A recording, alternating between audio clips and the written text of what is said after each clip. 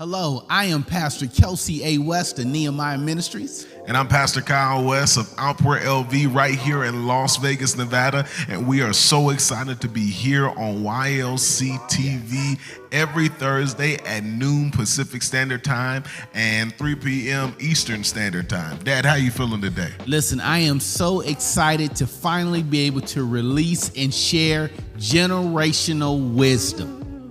I believe wholeheartedly that God has something special that's going to take place here. Listen, one of the things that we want to do is we want to make sure that we are helping people see that generations can work together. So I, of course, am from the younger generation. My dad is, of course, from the older generation. And one of the things that we want to do is put an end to the stigma that says that older generations and younger generations in the church can't work together. I have my own ministry. My dad has his own ministry, but we are working together to save souls in the city of Las Vegas. That's right. So listen, every Thursday we want you to get ready, because the same way we're encouraging people to pass down generational wealth, we're going to pass down and share generational wisdom. So we want you to look forward to our Bible studies, our worship services, and guess what? Sometimes we may just sit down and allow you to see how we sit and talk every day as father and son. So stay tuned, get ready, because now it's time for generational wisdom. What's up, y'all? Listen, I am so excited to be with you today. We are back for another week of generational wisdom, and I believe wholeheartedly that God has something special planned for us. So listen, you know what I need you to do? I need you to like, share, tag as many people as possible in today's live, and let's have some fun. Today we have a dynamic discussion that I am sure is going to bless you and bring some level of wisdom to your life. So listen, I'm here with my dad, and listen, we are hyped about what's happening. I hope y'all enjoyed last week's discussion. We can't wait for you to hear what it is we're going to be talking about today. Dad, how you feeling today? Listen, I want to say good morning to everybody. I feel super good on today. Listen, I want to thank you all for tuning in to Generational Wisdom. This is what I want you to do. Don't be bashful. Don't be bashful. I want you right now. I want you to start liking. I want you to start sharing. As a matter of fact, those who you know who have father and son relationships, pastor and son relationships, amen. Even for mother and sons, we want you to go ahead, pull your chair up a little bit closer, get your notepad, your journals, because we're about to take off right now. That's right. And listen, I am so excited because today we have a powerful discussion titled Faith Over Fads. Faith over fads. Faith over fads. Listen, right now is one of the most creative but copycat times that we live in. And I believe wholeheartedly that right now we have an opportunity to see authentic expressions of Christ through ourselves, through diversity. And so our Bible said there will be diversities of expressions of God in the earth. And so one of the things that we want to do is we want to make sure that people have a clear understanding of, you may see different things that are going on. Of course, everybody's doing virtual ministry. Now, if you're not, shame on you. You need to be doing virtual ministry because it's very powerful.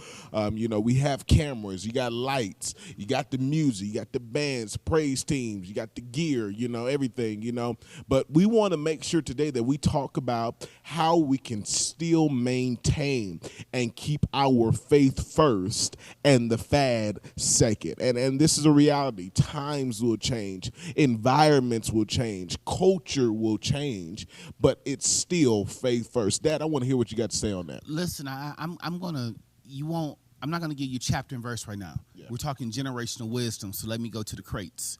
And so in going to the crates, I want to talk from a place of hip-hop for a second. Let's do it. In my generation, before your generation, amen, it was a sin in hip-hop technically to copy somebody's style. Yeah. It was a sin. Mm-hmm. And so in hip-hop, in my day, we look forward to the album covers. That's right. We look forward to the different styles. And so today, it's important that we follow what God is saying to us. Yeah. If God is giving you a flow like Big Daddy Kane, you don't need to copy LL's flow. That's right. You need to be true to what God is calling you to do. That's right. And that's one of the things I love about the Bible. You don't find Moses trying to flow like Abraham, Abraham trying to flow like David. You know, even when we get to, and somebody may say, well, they didn't live at the same time. Well, come here, prophets. Many of our prophets ministered at the same time, but I believe they were true to the authentic voice that God gave them, and they had to follow by faith what God was showing them to do. I just don't believe, I'm giving it to you all. I believe you take like Ezekiel. I believe Ezekiel, in my mind, he had a public enemy flow.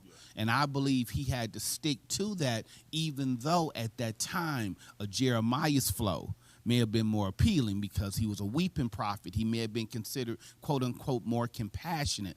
And so I just want to encourage people in this season, be authentic and follow your faith versus following the fads. I wholeheartedly agree with that. And one of the things that I want us to, start off with from the father-son perspective, I want to talk about something that I think is very necessary, and that's fathers allowing the sons to be the sons and the sons allowing the fathers to be the fathers. I have no desire, as much as I look up to you, as much as I honor you, respect you, and think you are just the greatest person that walks this earth after Jesus because you are my dad. The reality of it is though, I have no desire to sound like you. That's right. I have no desire to mimic your style or anything like that. I want to mimic your discipline. I want to mimic your hard work. But one of the things, and I want to mimic your authenticity. But I do not want to replicate the whole style because I feel like in order for me to be an authentic son, I have to be authentically me and demonstrate what it is you have implored into me. Amen. Can we talk about that for a second? Let's talk about that. I'm gonna take you back to a moment that you don't know, and don't tell me you know this. And so when you were born, I remember having a conversation with your mom's dad, and he asked me in the delivery room, was I going to name you after me? And I said no. That was never a plan because you know your story. You are named after the I'll Be Sure song. Kyle West, Break It Down, who produced I'll Be Sure. So as a kid in high school, I fell in love with the name Kyle. Fast forward, I didn't want you to be a junior because I wanted you to be able to develop your own voice. When you came back from Baltimore after having been exposed to some of the most prolific and dynamic preaching that anybody could experience, you came back in your first sermon. I realized at that moment, I don't have to worry about the comparison because his style is totally different. And I've told you before that I feel you are much more, you're far more technical than I am, and I respect that to the fullest, as well as prophetic. And so I think we do ourselves a disservice in the body of Christ when people make children feel bad for not sounding like their parents. Yeah. I think that's horrible to put that type of pressure, but not even just pressure, but I believe that you cause a child to fight against their faith because God is pulling you, he's moving you to move in a different direction. And guess what? That's okay. Yeah. That's okay. Nowhere in the Bible does it say Noah's sons had to build an ark. That's right. That wasn't a call upon their life. Nowhere in the Bible, amen, although Solomon became a king, and Solomon was he ended up building a temple as his father wanted to, I have yet to find scripture where Solomon was a shepherd. That's right. Serious. And so I think we do ourselves a disservice when we don't push our children, even pastors. The pastor and sons, I like it when I'm around my sons and daughters in the faith and they sound like themselves. I do not want to hear somebody that has been under my tutelage saying contrary to popular belief. That's me. Or trying to really steal my flow. No, I want you to walk in. I want you to walk by faith. Yeah. I want you to take those chances. I want you to develop your voice. And to me, you find your voice in faith. I don't believe you find your voice in following the fads. Mm-hmm. Because after those fads are gone, you're left voiceless. That's right. If the truth be told. That's right. And I think you just said something that's so powerful, and I think this is something that we can say is our first wisdom point for the day, on top of the numerous other things you said. But one of the things I want to say is fathers are supposed to lay a foundation so the sons success can become easier. So Noah, he builds the ark, and whether or not his sons obey, they have the right foundation. That's right. Solomon does what he needs to do, whether or not his sons, do what they need to do. They have the right foundation. Jesse's sons, they have the right foundation. And whether or not he loved David or not, that is, debatable between scholars and things of that nature. The reality of it is there's a foundation of hard work, discipline because of what the father did. And David was able to be David. Noah's sons were able to be Noah's sons, Solomon's sons, all those, there are numerous stories in the Bible. Jesus was able to be Jesus because of Joseph's, dedication and hard work that he displays. He was fully God, fully man at the same time. And so in reality of this, that is something that I think we need to share even for sons. We must honor the fact that our fathers have put forth work that makes our success easy. I receive a lot of hate, people, you shouldn't have this and that. Listen, why shouldn't I? My father put the work in, so it should be easy for me. And I'm going to put the work in that way when it's my turn to have a son, or when, me and my wife are able to conceive and things of that nature, we will, watch this, have carried on and taken what was laid down for me to the next level, so that way the next generation has it that much more easy. So here we go. So let's talk about this faith versus fads. A fad right now, and let me go biblical first. The fad during David's time was to not be a giant slayer. That was the fad. The fad was we just gonna be soldiers. We'll let the giants do what they do. Yeah, that was the fad. we just gonna be, cheeseburger eating cats. Our lunch is coming, but we don't do real war. Yeah. David comes up and David says, no, I have to move by faith. Yeah. And I'm being moved by faith to defeat this giant. Fast forward to today. There is a fad. I could be wrong, but it just appears to me. It appears to me that some within your generation believe they have to struggle, they have to suffer to show they're blessed and highly favored. Yep. I disagree with that. Yeah. I think if God has blessed you to be a part of generation or whatever, why not take advantage of that? Yeah. We so often talk about generational wealth. We need to prepare our next generation financially. Well, why can't we do that spiritually? I wholeheartedly The last thing I ever want for any of my children, and by the way, Kyle is one of three. I have three sons, Christopher, Kyle, and then the baby boy is Cameron. I don't want any of my children, if they're serving in ministry, I don't want you to unnecessarily struggle in the storefront. Mm-hmm. Why in the world would I want you to unnecessarily struggle in the storefront where you could save money, use that money for ministry? Mm-hmm. So that's crazy to me. Yeah. And so fads, the current fads, I hear people talking, I see people posting, and it's like, man, I have to do it on my own. That's not biblical. That's not biblical. Yeah. And so I struggle with that.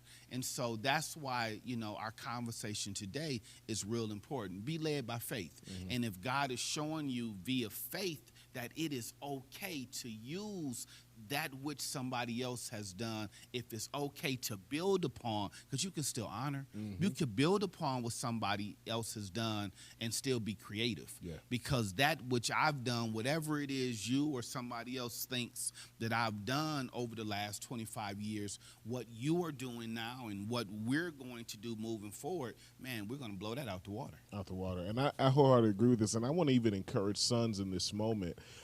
As the culture is saying, get it on your own, hustle, you don't need nobody, that whole anti-social gospel that people are preaching. I want to ask, and my prayer is even for this generation and generations to come and above me and everything like that, that we begin to find ourselves being like David, one who would step out of the shadow of the brothers who are afraid to do something different and fight the giant that is loneliness and being standoffish and not totally being submitted to God's plan for sonship in the earth. And so today, let this be a day where we begin to say, you know what, I'm going to honor what it is my father is doing. I'm going to hold strong to what it is I know is right, and I'm going to remain committed to that thing because I have a legacy to further. And I think that's something very powerful. Let's go further.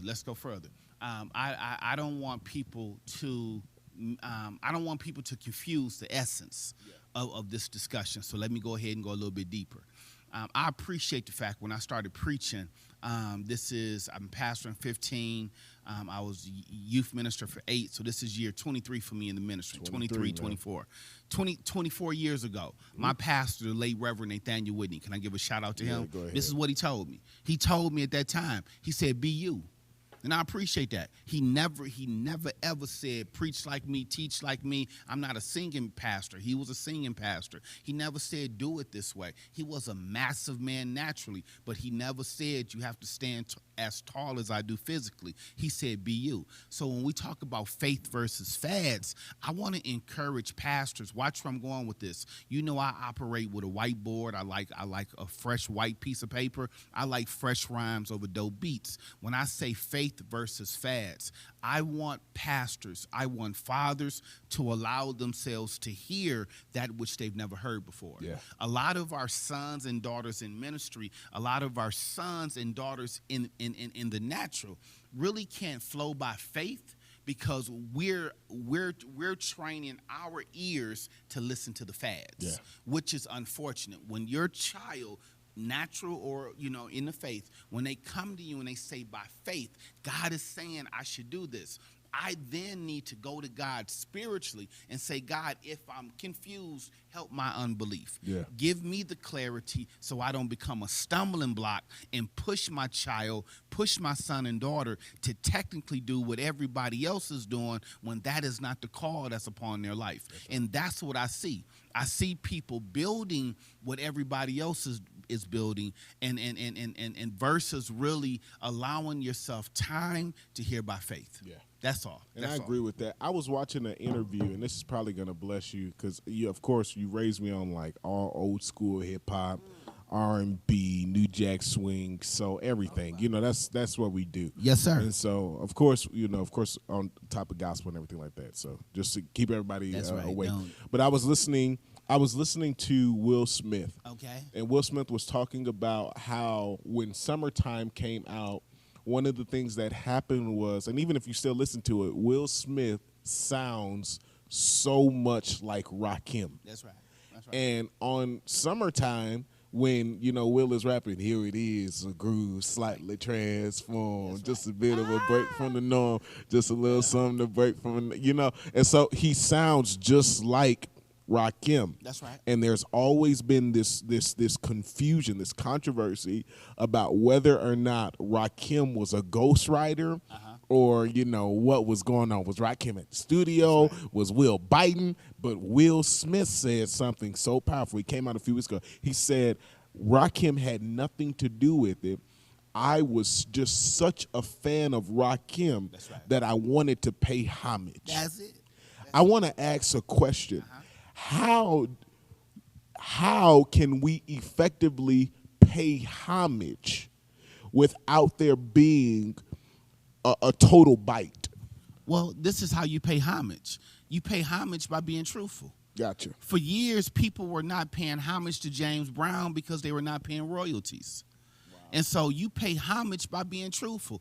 Whoever influenced you, come here, Michael Jackson. Michael Jackson never told anybody, I've invented my style. Michael Jackson said, I was influenced by James Brown, Sammy Davis, Jackie Wilson, Fred Astaire, Gene Kelly. He let it be known these people influenced me. And so that's where I see the big disconnect, is when you don't pay homage. Again, I'm 23 years later. I pay homage to my father in the ministry, who I lost when I started pastoring. I had him the first year, but I pay homage. Are there parts of my style that was influenced by him? You better believe it. One of the ways that I pay homage to him, and I pay homage, I don't use it without giving him the credit. And that's when I preach, I say I was taught by my pastor not to rearrange the furniture. I just don't say the line without giving credit to who delivered it first. And so sometimes I see people doing that. In preaching, one of the greatest influencers for me coming out of hip-hop, coming out of New Jack Swing, and I said it, and I think in our last conversation, was Jamal Bryant. So when we went to Atlanta and he welcomed, I think, what did we take, 150 kids?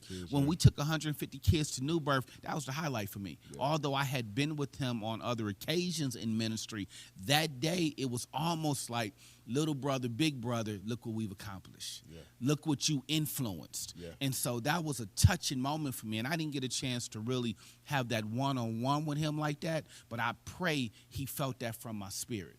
And so pay homage, but be truthful. Yeah. Be truthful. And so that's what I want to see from one generation to the next. Yeah, and that's something that's very real because, you know, it's social media. And now more than ever, you can get preaching like never before. Instagram, you can see, you know, people's content. So it's very easy, you know, with the right amount of money, you can make yourself look, sound, dress, you know, appear like this. And one of the things I've noticed, like, of course, your New Jack Swing, you know, you Coogee down to the socks, Versace shirts. That's your era, that's you know, era. Easy, that's you right. know, Tupac, Biggie, Rakim, Run Deep, you know, that's you, you know. But me, you know, I'm Kanye, you know, Jay-Z, Drake, you know, that's more my thing. And like even in my style, you know, some weeks you may come to my service and I'm literally preaching like this. And then some weeks you come to my service and I'm fully suited. You know, I'm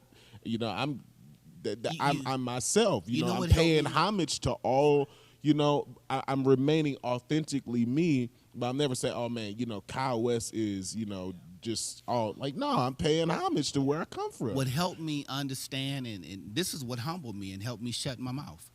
Because for a moment I was like, man, you know, y'all suits too tight. I'm not feeling, you know, what y'all. I wasn't, and this is what helped me. Well, some suits are too tight. But that's another conversation. Yeah. But watch this. But in the culture, this is what helped me. Yeah. Helped me shut my mouth and helped me become a better pastor and father for your generation.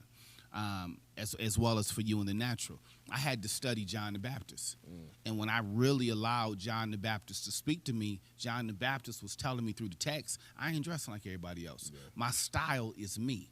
And then I had John the Baptist convict me through the text, and it was like, okay, you know what makes you comfortable. Yeah. And people really don't understand because of my culture, because of the era I come from. You know, we talk hammer pants. So even when you were saying, man, you know, Dad, stop wearing the quote-unquote Steve Harvey suits. Yeah. Are you ready for this? It's Kings of Comedy. No, but watch this. It wasn't Steve Harvey. Yeah, it was Hammer. Yeah. Because as a dancer, and yes, I'm an ex-B-boy, it was the loose pants, it was the baggy pants that helped me move. Yeah. I brought that into the pulpit. Yeah. And so even on a Sunday morning, I love quote-unquote Stacey Adams-like shoes. But if I can preach in my Pumas, don't forget my era. Yeah. I'm at my best with a pair of Pumas with some fat laces. Yeah. I'm at my best, amen, with some Adidas with 3 stripes. And so that's where we have to remember walk by faith. Yeah. And so for the generation, for the people who God has assigned for me to reach, it's been easier for me to reach them dressing authentically. Yeah. I'm not going to reach the people God has called me to reach trying to dress like somebody else. Yeah. And that's why that's why this is important. Walk by faith. Somebody right now is putting an outfit together that nobody's seen before. Rock it. Yeah. Rock it. Yeah. No, nobody else. Be you. Yeah. Nobody else is wearing this. I don't know if I should wear this in the pulpit. I don't know if I should wear this on my live. I don't know if I should wear this in my Bible study. If God is saying rock it, man, rock it. Yeah. And that's coming not just from me, but that's coming from John the Baptist. Yeah, and I think, and one of the things I do want to specify, because some people are like, well, what about, you know, because everybody's going to go to this, you know, well, what about the churches that don't allow? Listen, we're not saying that you disrespect the culture of a house. We are speaking authentically to what it is that you are called to do in your house. And so when you come to Outpour LV, the people that I am called to reach in the city of Las Vegas, Nevada, and in cities across the world, they are people who are not churchy. That's right. So I am bringing people to God. We are saving souls that have no idea about church culture. Right. So my assignment is to be someone who can be a little bit more diverse than the person who is called necessarily to people who will just see the guy in the suit. And the reality of it is I am not one that sits up and disrespects the people who are authentically themselves. And that's something that I want to share for sons and fathers. We have to come to a place in maturity where we can stand and say, you are you. I respect that. I'm not going to dishonor that, because there's a lot of that going on, well, unless it's like this, or, you have the people who are like, well, if you ain't all the way casual, then you're religious. And then if you are, suited up, then you're religious. And the reality of it is suits don't make religion. Heart posture does. And so one of the things that we want to do is I want to help everybody realize we got to bridge that gap and stop bringing these stupid beefs into our pulpits. What we need right now is authentic expressions and teamwork, because the reality of it is I will sit with fathers in my city and be just like this. And if they tell me, hey, I need you to come in, guess what? I am going to my closet and I'm pulling out the best suit I can find, and I'm going to preach that way. Good Friday, want black and white? Okay, cool. I'm going to wear a collar. I'm going to be as respectful as possible. But I promise you, when you come to Outport on Easter Sunday, I am going to be as fly as I want to be. And of course, I'm wearing a suit on Easter. I just believe that's our heritage. This is what we do. But you see what I'm saying? There has to be a thing where we stop demonizing authentic expressions and creating these wars that have no value. Let me share this. Let me share this. Between now and Sunday, history may say you wear X, Y, and Z. The current culture may say you wear X, Y, and Z. Mm-hmm. My past example may say you wear X, Y, and Z. But if God says wear something else, you be authentic. That's what I'm saying. Mm-hmm. We need to understand follow faith. That's right. Sometimes I see people wearing clothes, and I say, man, that's not you. That's not you. You don't even know how to wear it. I remember back in the day, this is a true story. Back in the day, I could not wait to get a Versace shirt. Oh man. Well, now watch this. Why? Because at that time there was no rapper at that time who was doing it better than Tupac Shakur. Yeah. Now, this is what I did not know.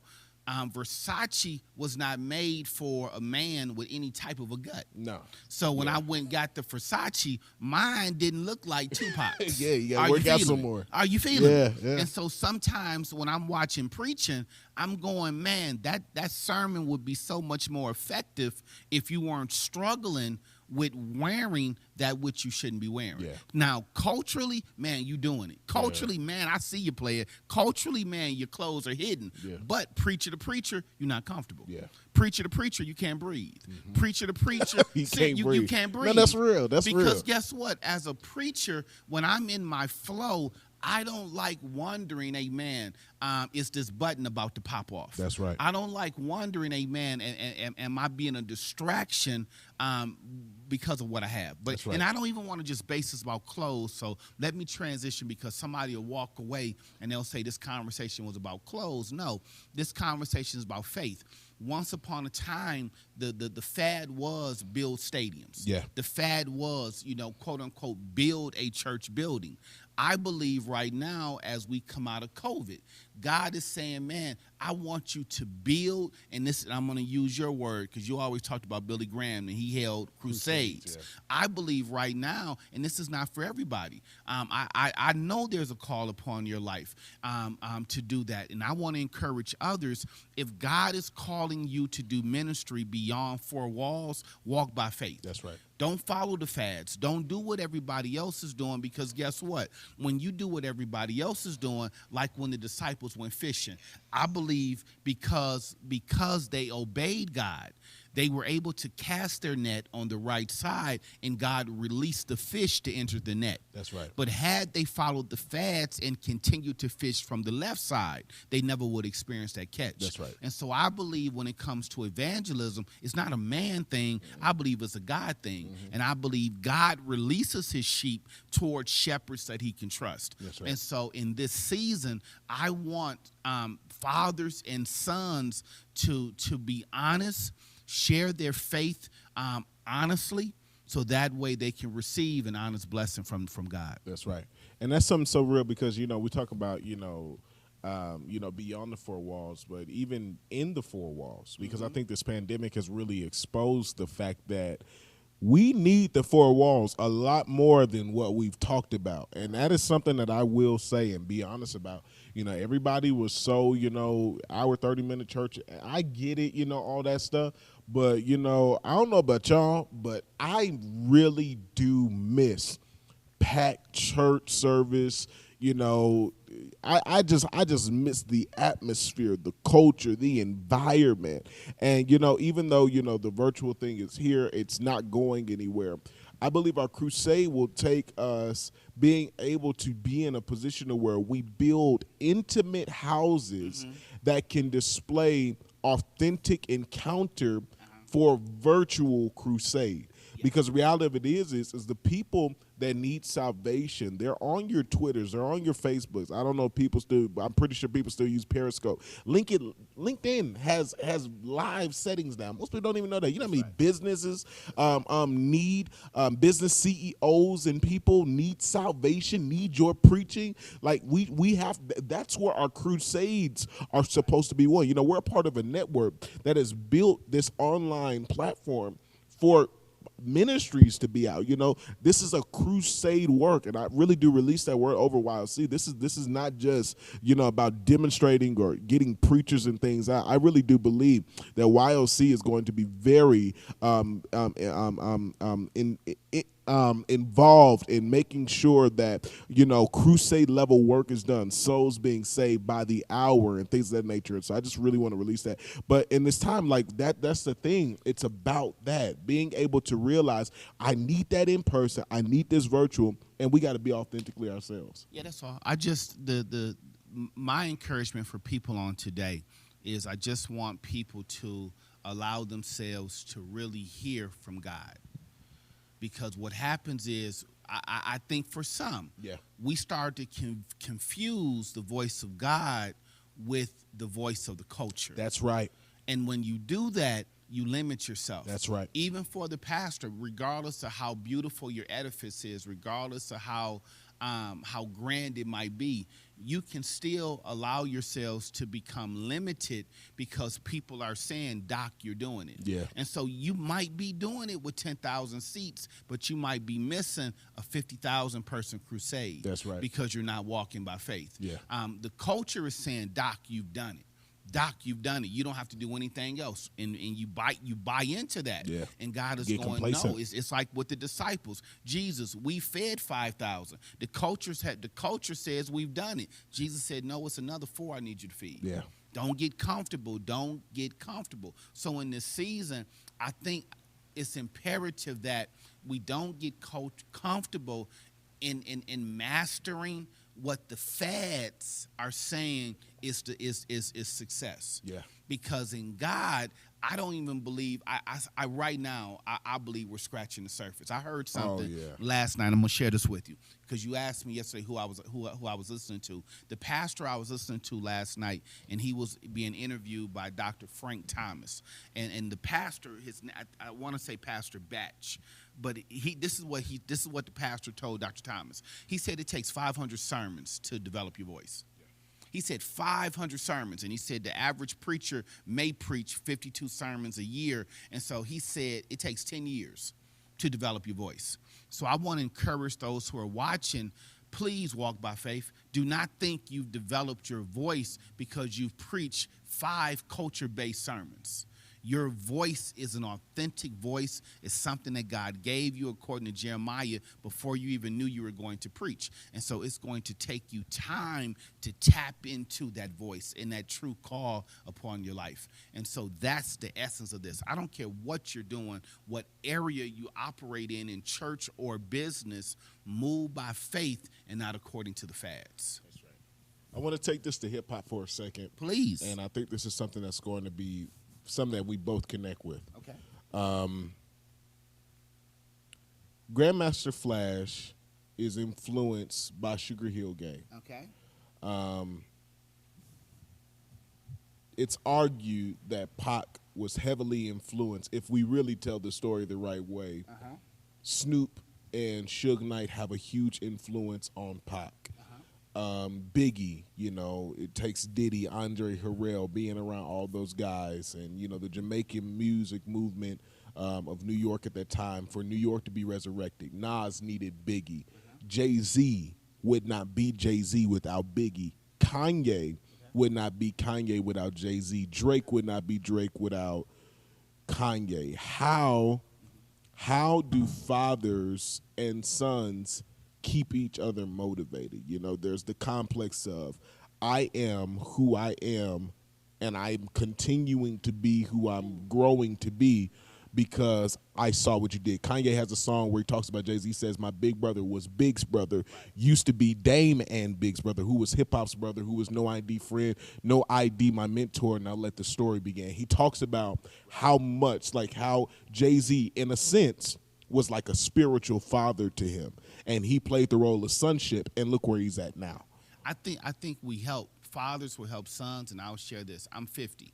So the greatest thing I can do for me right now is be the best 50-year-old version of your father that I can be. That's good. Now, what I mean by that is that means at 50, I don't stop evolving. That's right. I'm still evolving. I'm still learning how to tap into my voice. I'm still learning.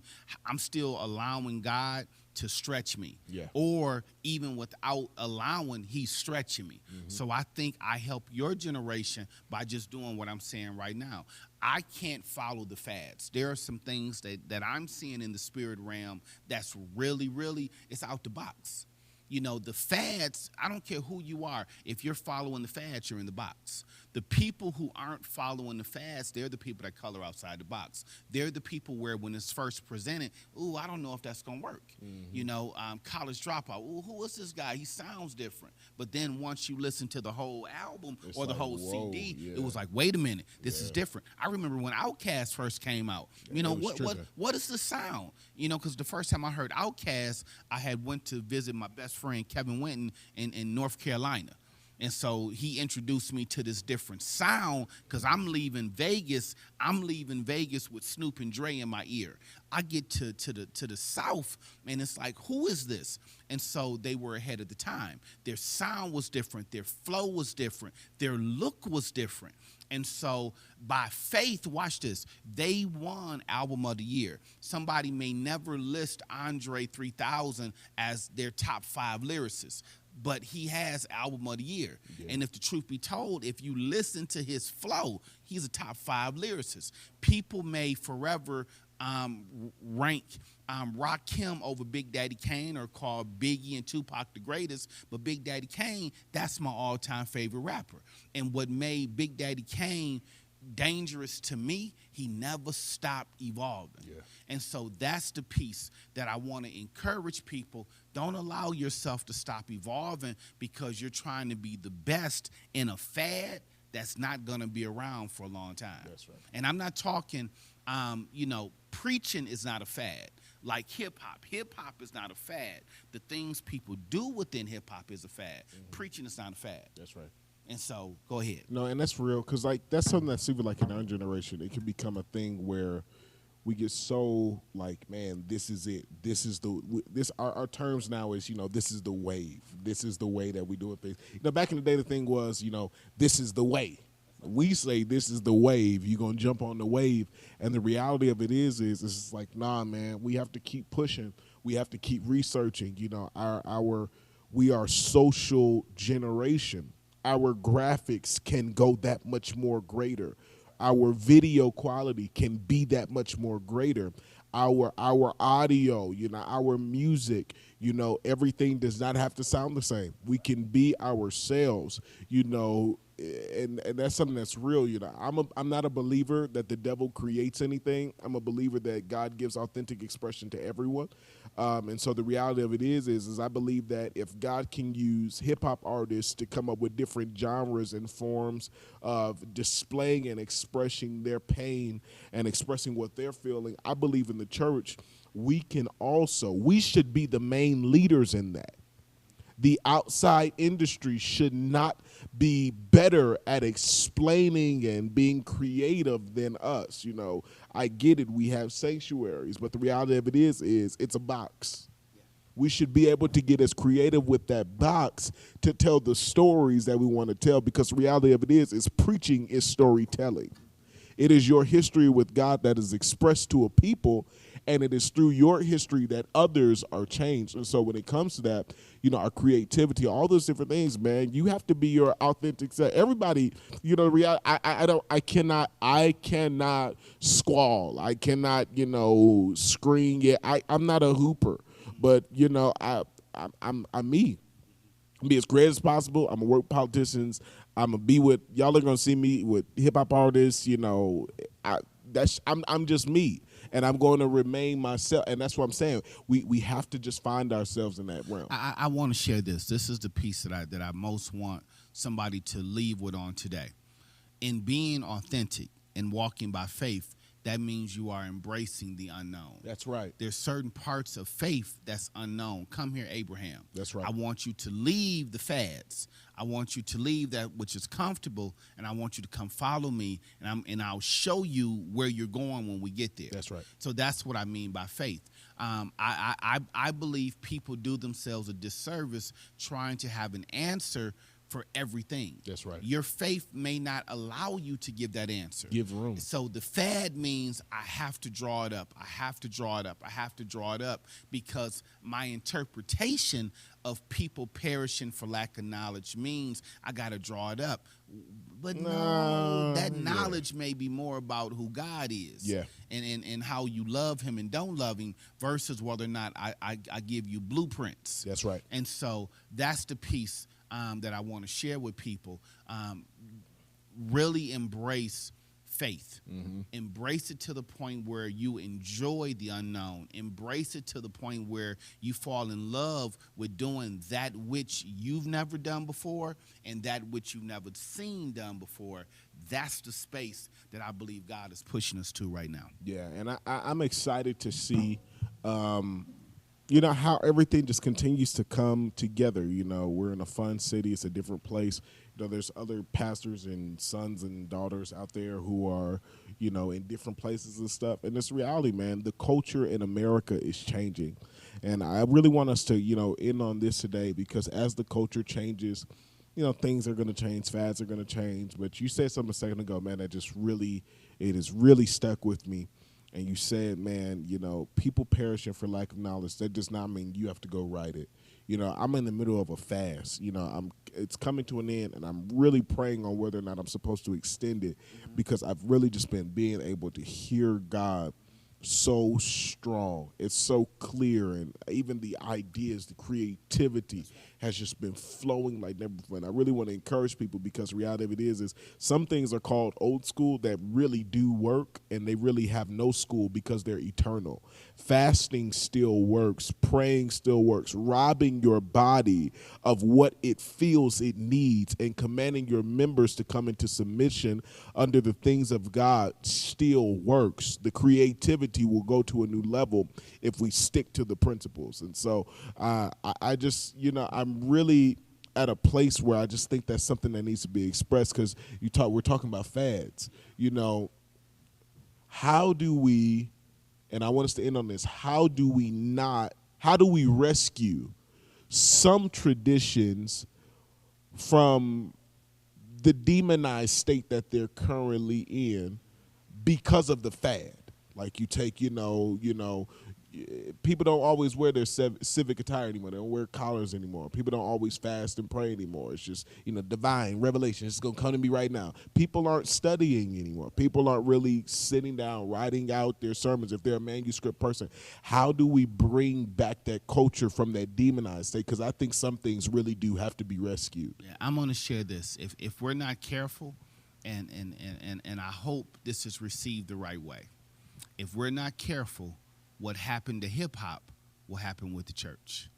If we don't preserve the essence, the fundamentals, the foundation, we'll wake up one day and wonder what happened to her.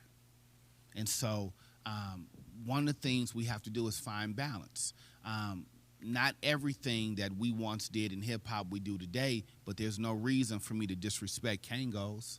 That's right. There's no reason for me to disrespect Gazelle glasses because now I can rock something else. That's right. And so I think, nor do I have to be a founding father of hip hop and disrespect somebody who may flow differently today. The beats are different. Yeah. And so when it comes to church, I don't believe in walking by faith, you have to be disrespectful to he or she who walked before you. Yeah. I just don't find that. And so I want to encourage people as you are walking by faith, don't be disrespectful to the fads. And those who are following the fads, don't be disrespectful to he or she who's walking by faith. And that's a dinner conversation that I would like to encourage fathers and sons, fathers and daughters, just parents and children, sit down at the table and really allow yourself to be respectful about who's walking in what space. Yeah. Well, I want to say this, man. Today's discussion has really blessed me. I am so happy that you guys were able to join in with us and be a part of today's discussion. Listen, if you have not already, I want you to share, like, and make sure that you are following us on social media. And listen, if this discussion bless you and if you feel led to sow, I want you to go ahead, follow the giving information that is down below on the screen right now. And I want you to give today.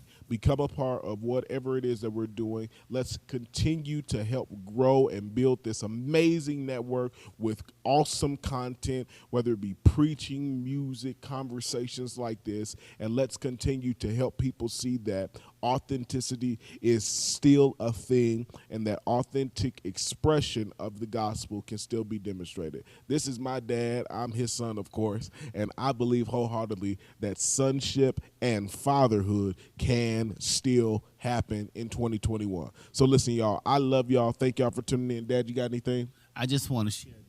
I want to make sure we just put this out there. When it comes to what you're sowing into, this is what we're doing. Come June, we'll be in Africa. Did you hear what I said? We'll be in Zambia, Africa. Zambia. The first 2 weeks of June, we're teaching at the university. We're going to fly all the way to Africa. This is our third trip in 4 years. And that's just one of the many things that we're doing. So we just don't want you to give and you don't know what you're supporting. And so from that, we believe in global missionary work. Did you hear what I said? And so that spills over into the work that we do locally as well as nationally. And so we just want to encourage you. And if by chance you can't financially give, we solicit your prayers because Zambia, Africa is not next door. Zambia, Africa is a long way to go. And when we go to Africa, we want to be the best blessing that we can to our brothers and sisters who can't wait for us to arrive. So again, I am Pastor Kelcey West. This is my son, Pastor Kyle West. And we thank you from the bottom of our hearts, as well as Elder Mark Moore and this amazing network. Thank you for allowing us to share generational wisdom.